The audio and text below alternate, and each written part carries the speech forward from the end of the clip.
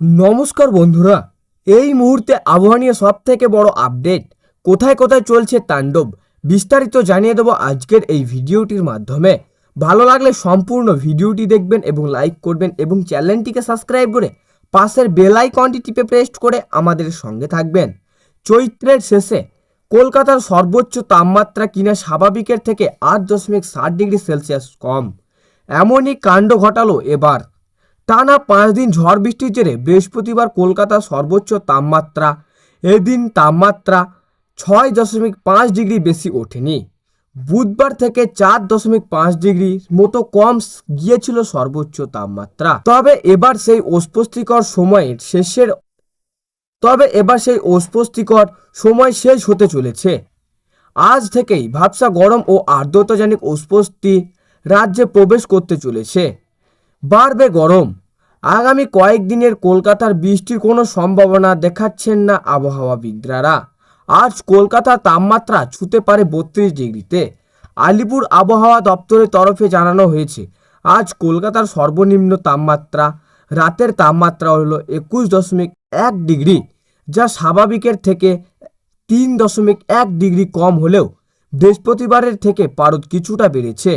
আজ কলকাতার সর্বনিম্ন তাপমাত্রা 22 ডিগ্রি আশেপাশে থাকবে আর সর্বোচ্চ তাপমাত্রা 32 ডিগ্রির আশেপাশে পৌঁছে যেতে পারে। স্বাভাবিকভাবে আপাতত আংশিকভাবে মেঘলা আকাশ থাকতে পারে কলকাতার আকাশে।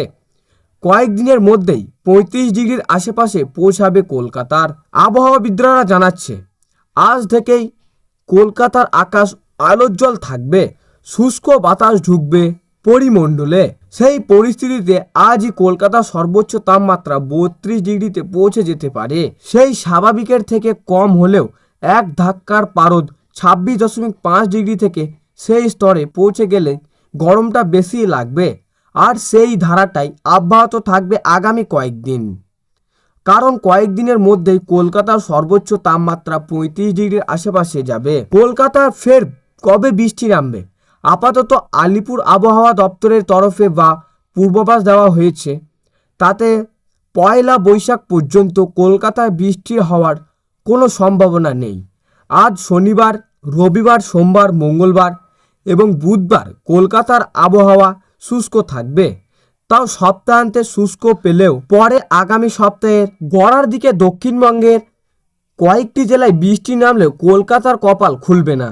বরং আলিপুর আবহাওয়া দপ্তরের তরফে জানানো হয়েছে, আজ থেকে মঙ্গলবারের মধ্যেই কলকাতা সহ দক্ষিণবঙ্গের জেলাগুলিতে সর্বোচ্চ তাপমাত্রা 5 থেকে 7 ডিগ্রির মতো বেড়ে যাবে। হাওয়া অফিস জানাচ্ছে, সন্ধ্যের পর বৃষ্টির পরিমাণ আরও বাড়বে।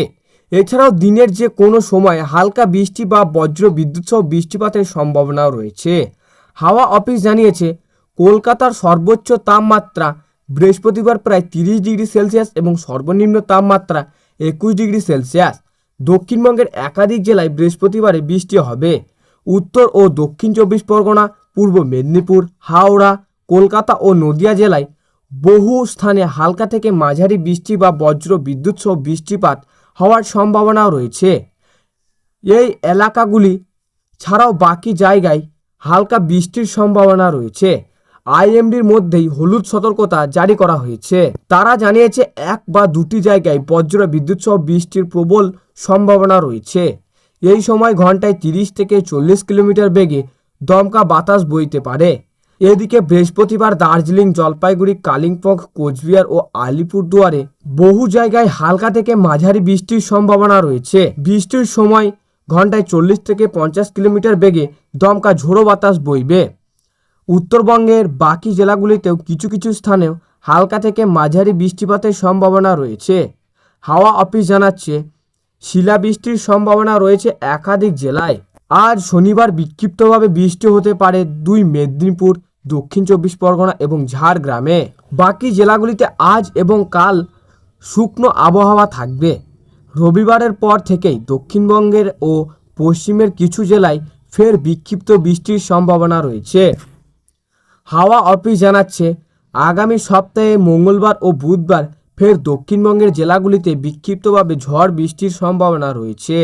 ওই দুদিন পশ্চিম মেদিনীপুর, ঝাড়গ্রাম, পুরুলিয়া, বাঁকুড়া এবং আগামী বুধবার মুর্শিদাবাদ ও নদিয়ায় বজ্র বিদ্যুৎ সহ হালকা বৃষ্টির সম্ভাবনা রয়েছে।